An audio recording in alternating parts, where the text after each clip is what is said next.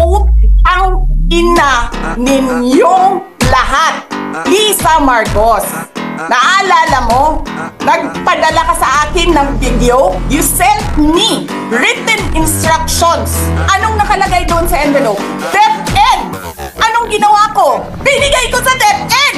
Putak na mo ka! Sasabihin nyo sa mga tao, nakaw yan, confidential funds yan. Niwala nga kayong isang proof na hindi nyo nga nilabas na wala pang confidential funds, meron ng white envelope.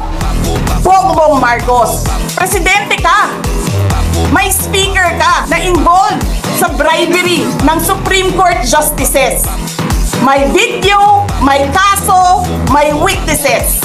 Hindi mo tinanggal yung speaker mo. Pinabayaan mo siya abusuhin ang pera ng bayan. Namimigay ng pera na para bang kanya. Martin Romualdez, nangangampanya tayo. Nakasakay tayo sa eroplano. Magkatabi tayo. Nagre-reklamo ka, putang ina ka, walang pera. Kasi, ano sabi mo? Gium-um ni Lisa Marcos o ni BBM ang kwarta.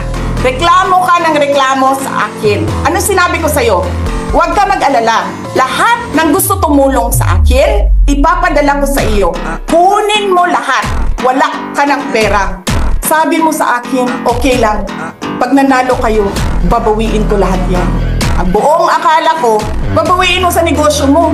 Legitimate businessman ka naman eh. Mina, pagsira sa kalikasan, media, tanggap ka sa Pogo. Pinaalis nyo lahat ng kompetisyon ninyo, naiiwan ang Pogo mo.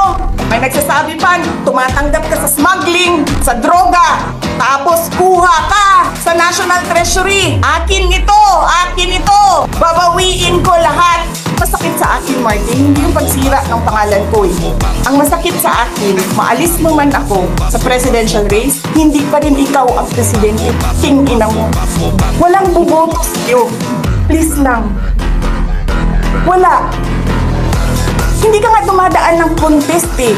Kasi wala kang kalaban sa Tacloban. There is nothing in you except money. Yan lang, Martin. Harapin mo yung katotohanan.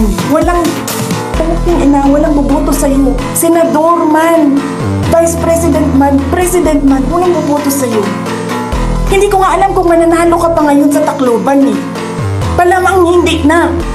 Kasi magnanakaw ka. Hindi ka dumadaan sa audit. Milyon-milyon, buwan-buwan. Certification lang ng congressman. Alam nyo, bakit alam ko? Kasi may MA din ako. Pero sa amin, sa akin, nire-require ako ng resibo ng COA. Pero alam ko, certification lang ang kailangan. Pero nagko-comply ako. Bigay nyo lahat ng resibo. Wala akong corruption case. Sinasabi ninyo, nawawala ang pera dahil may notice of disallowance. Ano ba ibig sabihin ng notice of disallowance doon? Kulang yung mga papel ninyo. Kasalanan ko ba yan? Galing sa field ang papel. Hindi naman ako ang gumagawa ng papel eh. Walang nag-audit sa inyo. Sino ang nag-audit ng confidential funds ng Office of the President? Wala.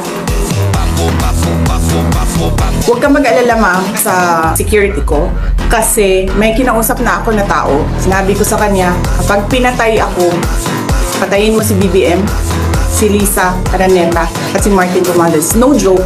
No joke. Nagbilin na ako ma'am. Pag namatay ako, sabi ko, huwag ka tumigil hanggang hindi mo mapatay sila. And then he said yes.